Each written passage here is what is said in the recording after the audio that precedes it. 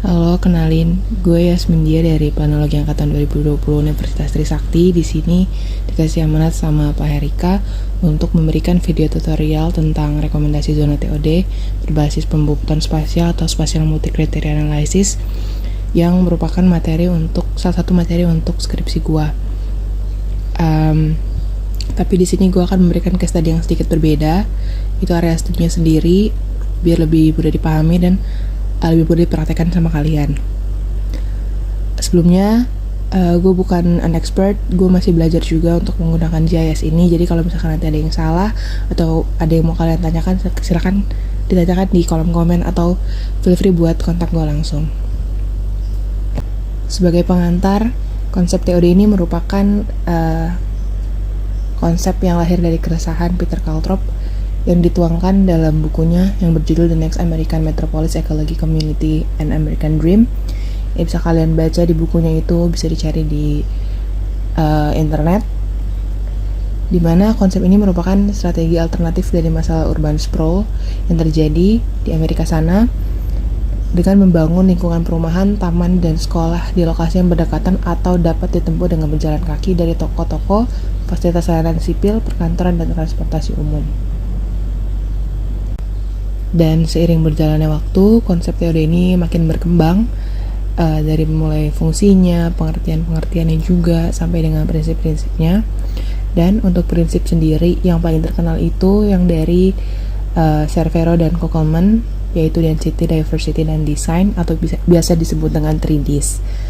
Dan untuk mengukur potensi dari TOD sendiri, umumnya menggunakan variabel atau turunan dari prinsip-prinsip ini. Bisa dilihat di sebelah kanan atas ini ada tabel yang merupakan sari dari hasil sintesis dari penelitian-penelitian terdahulu, variabel-variabel apa yang digunakan oleh peneliti untuk mengukur potensi TOD. Di kanan bawah ini ada tabel juga, merupakan indikator atau kriteria-kriteria yang digunakan sama penelitian sebelumnya. Yang baru-baru ini itu ada Singh et al. Sama Ibrahim et al. Dan dalam penelitian Ibrahim et al. di sini ada dua sebenarnya. Ada potential index sama actual index. Ini sebenarnya yang membedakan tujuan dari penelitian itu tersendiri. Kalau potential index itu merupakan pengukuran indeks yang berfungsi untuk menentukan suatu wilayah yang berpotensi untuk dikembangkan menjadi zona kawasan TOD. Mungkin belum ada titik transitnya, jadi kita harus mencari di mana sebenarnya wilayah yang paling potensi untuk dikembangkan sebagai TOD. Sedangkan yang actual index ini, dia untuk mengukur indeks yang memang berfungsi untuk mengevaluasi kinerja dan zona TOD yang sudah ditetapkan. Next, yang akan kita simulasikan adalah sebenarnya bisa dibilang gabungan antara dua ini, karena sebenarnya di area studi tersebut sudah ada transit stationnya, namun kita mau mengukur sebenarnya sesuai gak sih potensi yang ada di kawasan tersebut dengan titik transitnya, atau ada titik-titik transit lain atau ada wilayah lain yang sebenarnya lebih berpotensi daripada di titik tersebut, kayak gitu.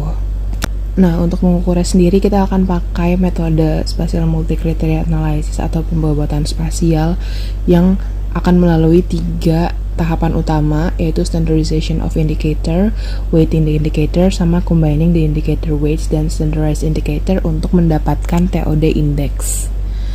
TOD index ini adalah hasil dari perhitungan potensi suatu wilayah untuk dikembangkan sebagai kawasan TOD. Ini yang tadi gue bilang di awal. Jadi untuk pengukurannya itu menggunakan indikator-indikator yang diturunkan dari prinsip-prinsip TOD.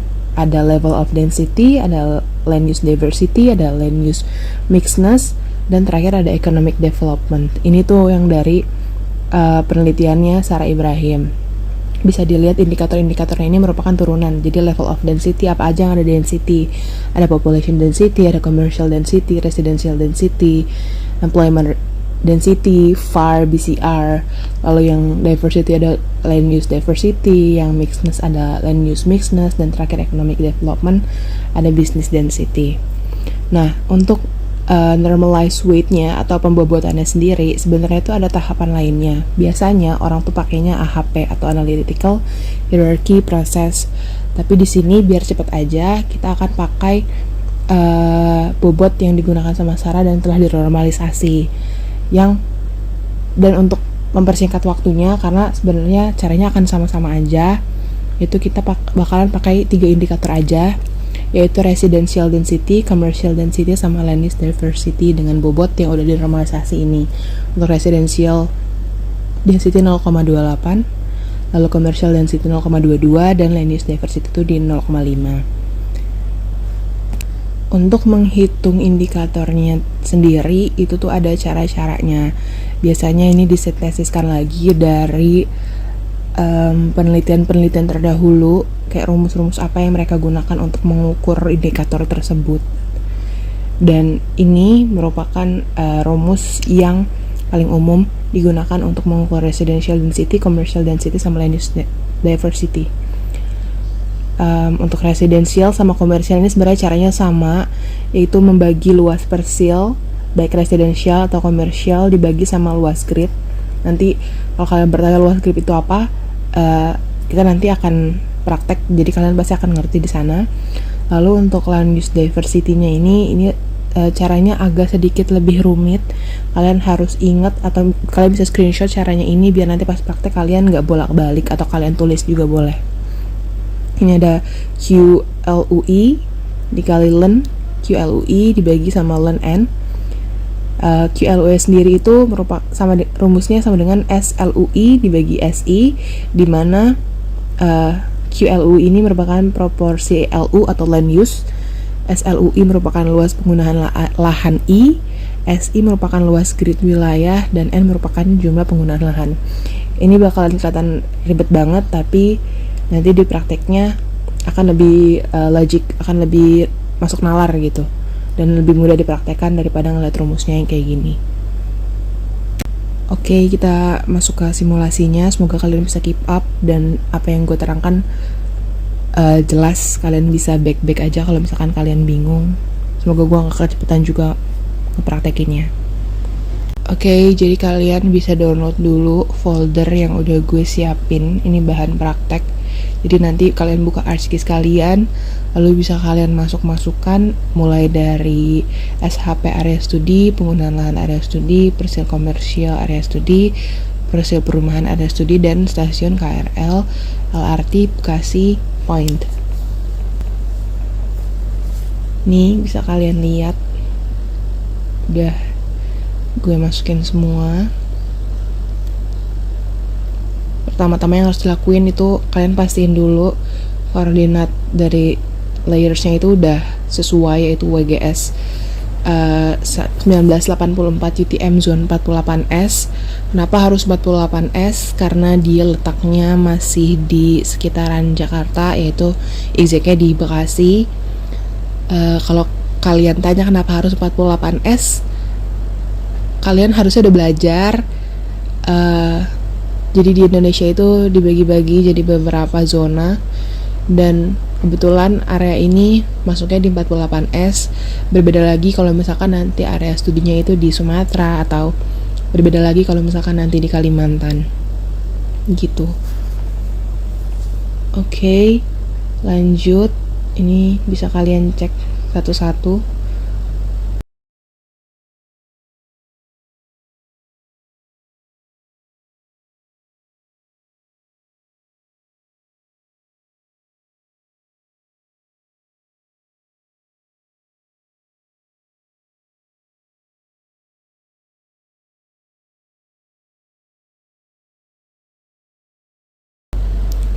Step 1, kita akan membuat grid.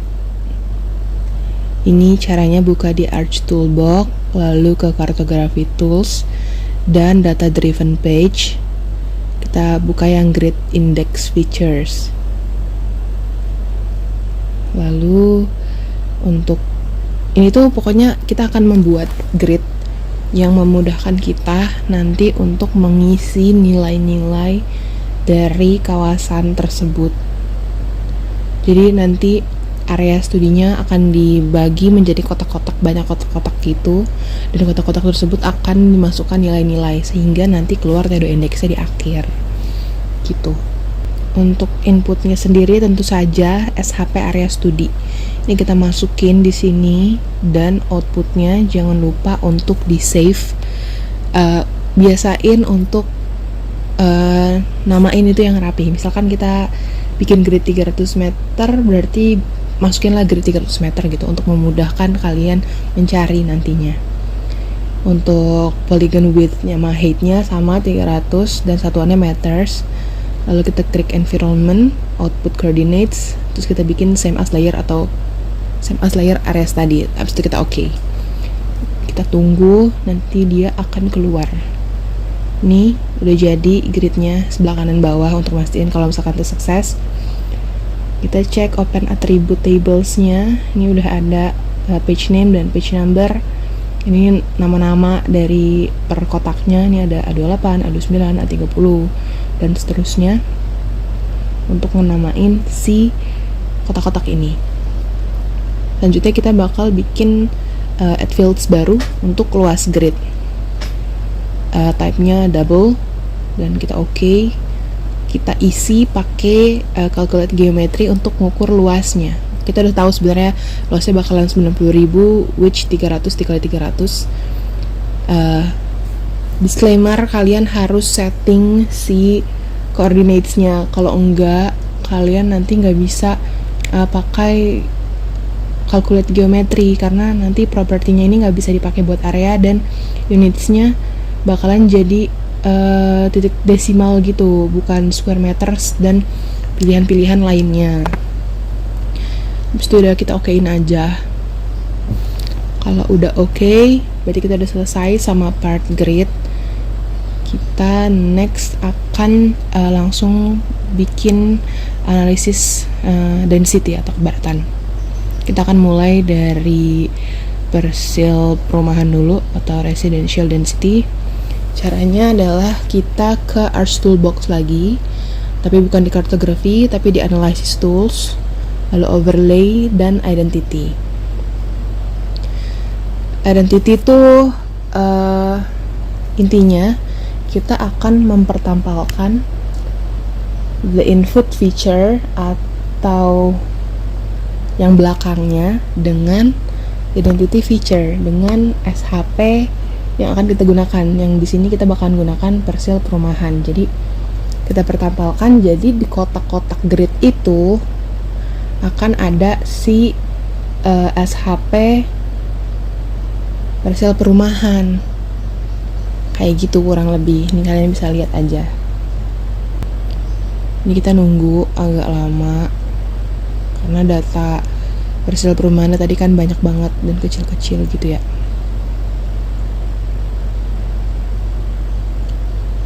While we wait, nanti cara untuk persil komersial juga sama persis sama cara yang kita gunakan di residensial. Jadi kalian nanti pas komersial tinggal nonton aja, gue nggak perlu jelasin ulang.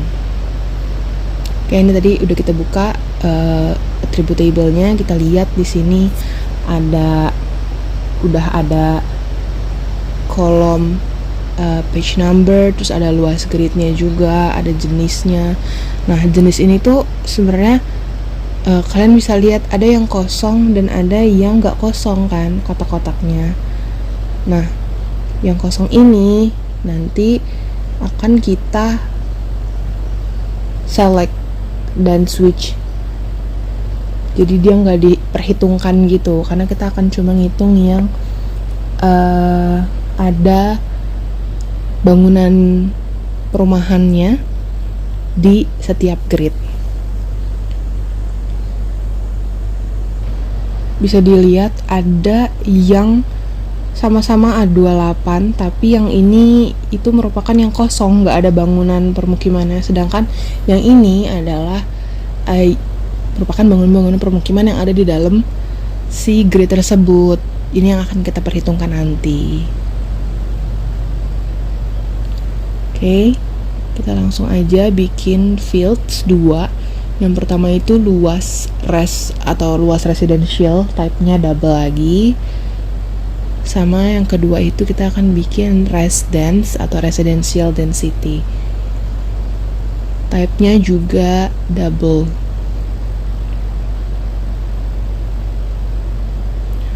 Oke. Kalau udah, kita harus select dulu yang tadi gue bilang jenisnya ini. Kita cuma select yang ada bangunan permukimannya. Gimana caranya?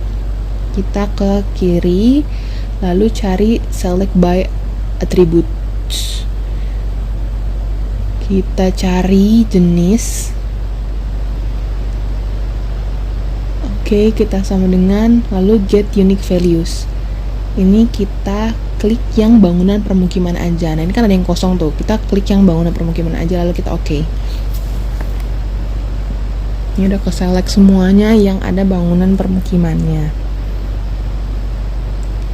Agak lama karena datanya banyak. Oke. Kalau udah langsung kita calculate geometry karena kita mengukur luas residensialnya.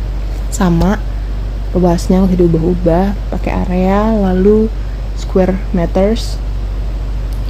Ini kita okein, terus dia akan calculating.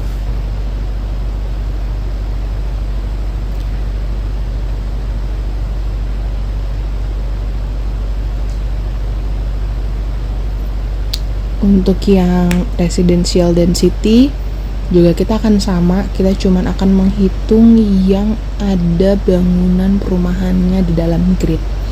Jadi yang nggak ada, yang 0 kayak gitu, yang kosong, nggak akan kita hitung luasannya. Kayak gitu. Oke, udah. Kalau misalkan udah, kita bisa langsung cek aja apakah udah benar ada isinya di bawah-bawah, di data-data yang bawah. Ini udah ada, berarti oke. Udah. Kita langsung hitung residential density pakai cara yang tadi udah gue sebutin di depan. Cuman kita nggak pakai calculate geometry karena density itu kan berarti luas persil bangunan perumahan dibagi sama luas grid. Jadi kita pakainya klik kanan lalu field calculator. Kita akan masukin rumusnya yaitu luas residential dibagi sama luas grid. Kita okein, dia akan calculating lagi. Sama kayak yang tadi, kalau udah selesai calculatingnya jangan lupa dicek di bawah-bawahnya apakah angkanya itu udah keluar atau kalian salah masukin lalu error. Oke, ini udah selesai. Kalau udah selesai,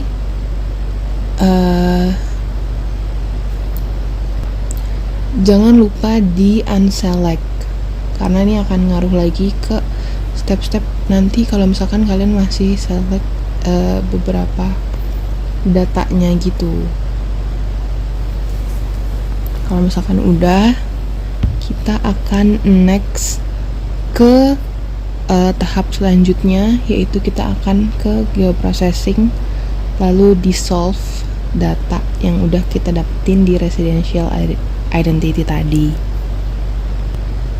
Untuk dissolve sendiri sebenarnya ini untuk menggabungkan data-data yang sama gitu.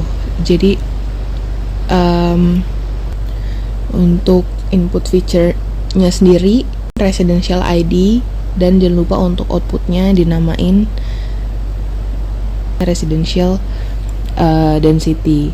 Lalu checklist bagian page name dan masukin field yaitu residential density dan statistic type-nya kita klik sum.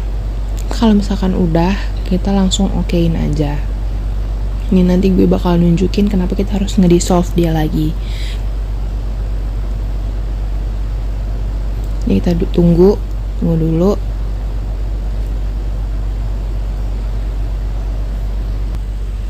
Oke, Oke, ini udah jadi residential density-nya. Lalu kita buka properties dan kita ganti symbology-nya jadi ke quantities. Value-nya bentar, ini di setting dulu biar warnanya nanti bisa beda. Value-nya yang sum residential density. Nih, jadi setelah kita dissolve, dia akan berubah lagi menjadi grid yang sudah ada nilai-nilainya di masing-masing grid tentang residential density tadi. Jadi ini bisa kalian lihat ada warnanya kuning, oranye, dan merah. Dimana yang merah itu residential density-nya itu tinggi, sedangkan yang kuning residential density-nya itu rendah. Ini bisa kita overlay sama sama SHP Persil perumahan. Bisa kalian lihat yang kuning ini residensialnya itu sedikit, yang oranye residensialnya itu banyak, dan yang merah itu residensialnya berarti lebih padat daripada yang oranye dan yang kuning, kayak gitu. Itu adalah fungsi dari dissolve. Jadi ini kita udah selesai sama indikator residential density. Next, kita akan buat yang commercial density. Caranya sama persis, jadi kalian tinggal ikutin aja. Gue gak perlu jelasin ulang.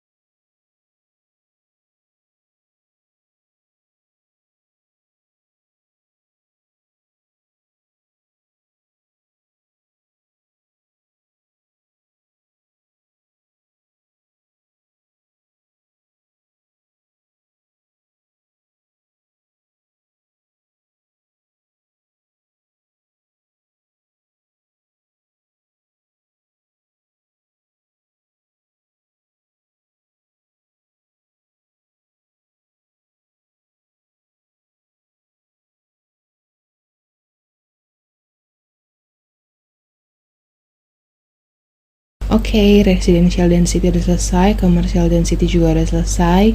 Next, kita akan buat di land use diversity. Sebenarnya caranya sama-sama aja, tapi agak beda sedikit karena kita harus mendapatkan pembilang dan penyebut dari rumus yang tadi udah disebutin di depan banget. Caranya sama, kita akan identity lagi, input feature-nya grid, identity feature-nya penggunaan lahan, of course output-nya jangan lupa diganti namanya jadi land use ID. Kita save, terus oke. Ini agak sedikit lama juga karena datanya lumayan banyak.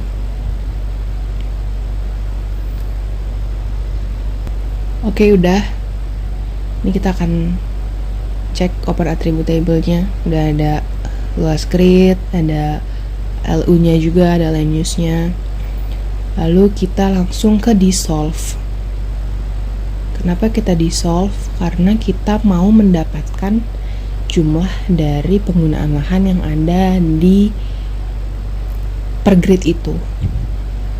Kita dissolve input features-nya yaitu si land use ID tadi, lalu kita checklist page name-nya dan masukin fields yaitu ada 2.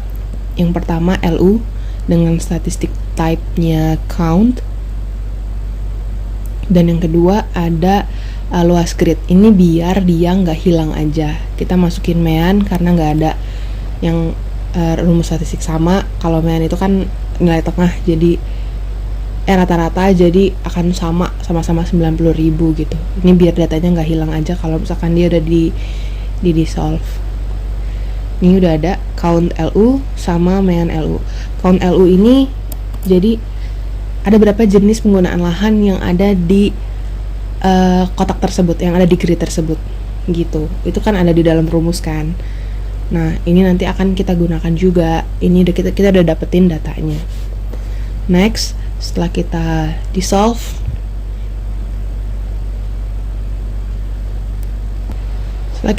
kita akan balik identity lagi. Tapi berbeda karena input feature-nya akan si land use dissolve ini, bukan grid, dan identity feature-nya adalah penggunaan lahan area studi. Output-nya taruh aja land use ID 2.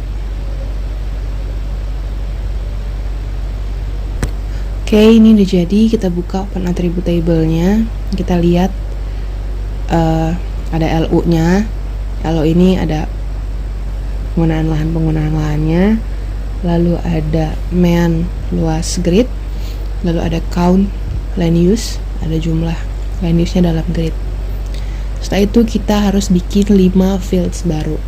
Yang pertama ada luas LU, luas land use-nya, type-nya double, semua yang kita pakai type-nya double.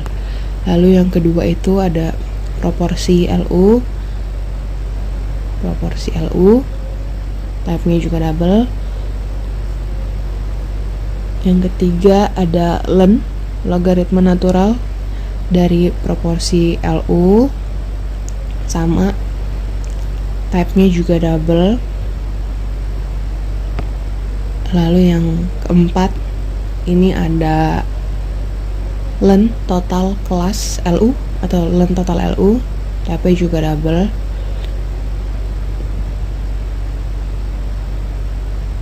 Dan yang terakhir ada LU diversity atau LU div, type-nya juga double.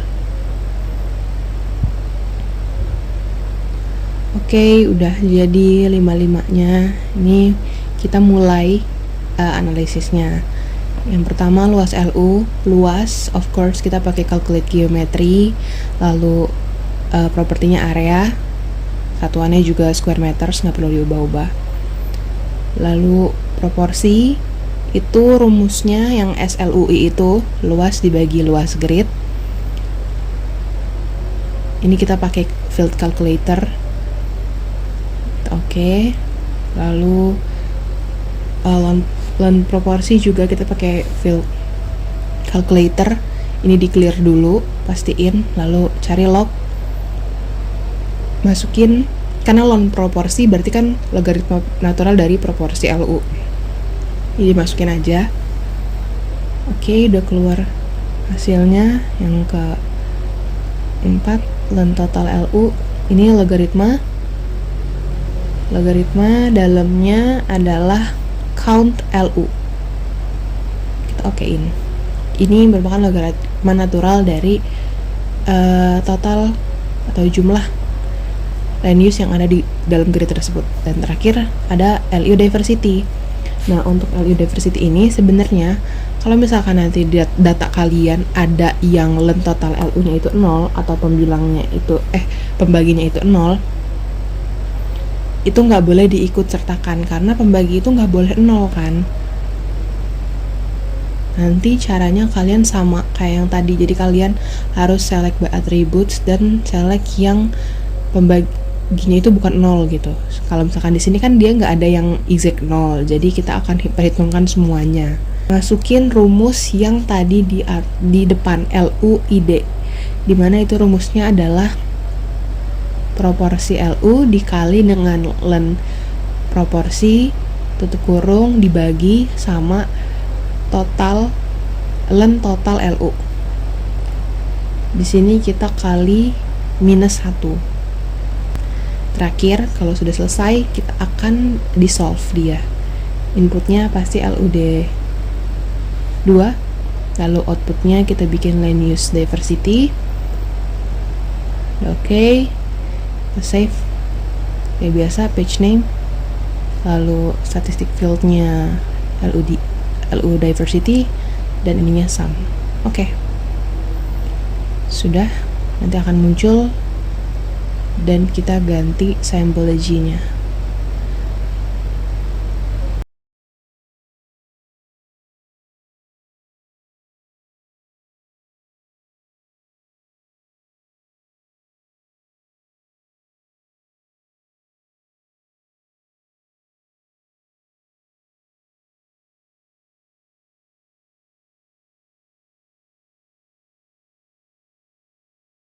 Klik kanan,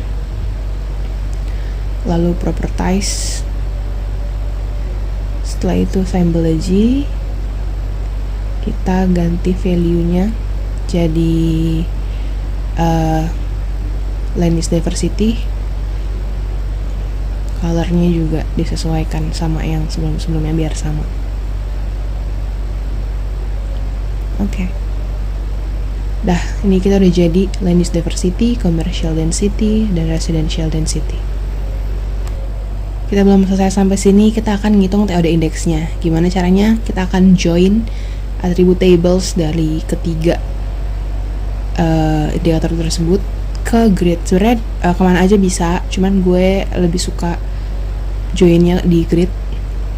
Ini kita udah join tadi, join yang kedua itu ada di join and relates. Join, kita masukin choose field in the layer which page name. Ini kenapa tadi kita selalu centang page name pas di dissolve. Dan yang terakhir join and relates lagi, page name lagi, kita masukin yang land use diversity. Oke, udah kegabung semua. Ini kadang emang suka kayak gini, kita ke edit aja biar nilainya keluar semua. Oh, lupa masukin dulu TOD index, bikin fields baru, double seperti biasa. Oke. Baru kita ke editor, start, kita ke editor lalu start editing. Nih nanti datanya akan keluar semua. Kayak bisa kita lihat datanya udah ada semua yang tadi di join. Tinggal yang TOD index ini kita langsung aja masukin pakai rumus bobot dikali dengan nilai dari masing-masing indikator di grid tersebut. Bobotnya yang tadi kita ke land use dulu, yang paling besar bobotnya yaitu 0,5 ditambah dengan residential dikali 0,28 ditambah lagi sama commercial density dikali dengan 0,22 tutup kurung. Oke.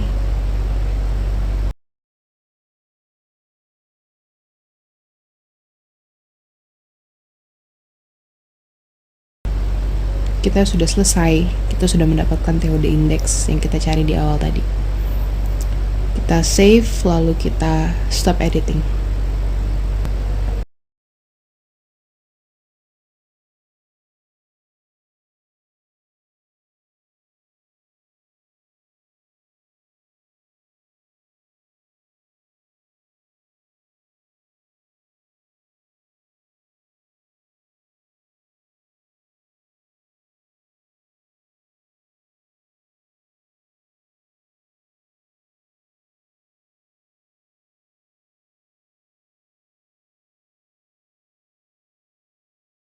Seperti biasa, kita buka properties, lalu kita ke symbology, quantities, value-nya masukin yang TOD index, color ramp-nya kita ganti. Biar lebih gampang lihatnya yang ya biru merah ini.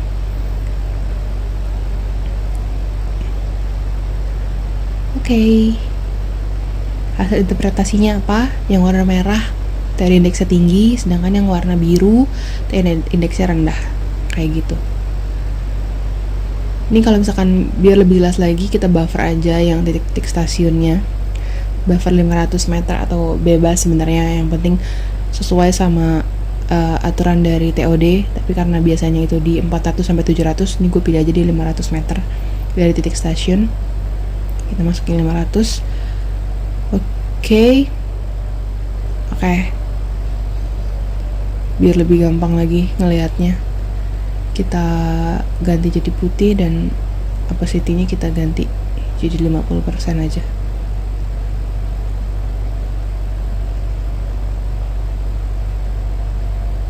Di display, lalu transparansinya diganti 50. Oke. Jadi kelihatan di stasiun ini sebenarnya potensial atau enggak di grade-grade tersebut. Seperti itu. Sudah selesai. Kalian juga bisa add base map kalau misalkan kalian mau tahu ini dia di mana, lokasi area studi kalian. Itu ada di sebagian dari wilayah Kota Bekasi, ada di 3 WP. Tadi gue udah sempat mention, WP Pusat Kota, WP Bekasi Utara, dan WP Pondok Gede. Bisa kalian lihat, dia ada berdekatan atau berhimpitan dengan Jakarta Timur, lalu ada di Bogor juga kalau nggak salah berhimpitan.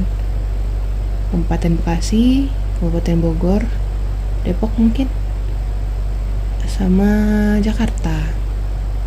Sudah, we're done. Makasih banyak teman-teman, semoga apa yang gue berikan bermanfaat dan bisa kalian cerna. Semoga gak kecepatan juga. Kalau kecepatan bisa di slow time-nya. Oke, kita udah selesai semua. Thank you so much. Goodbye.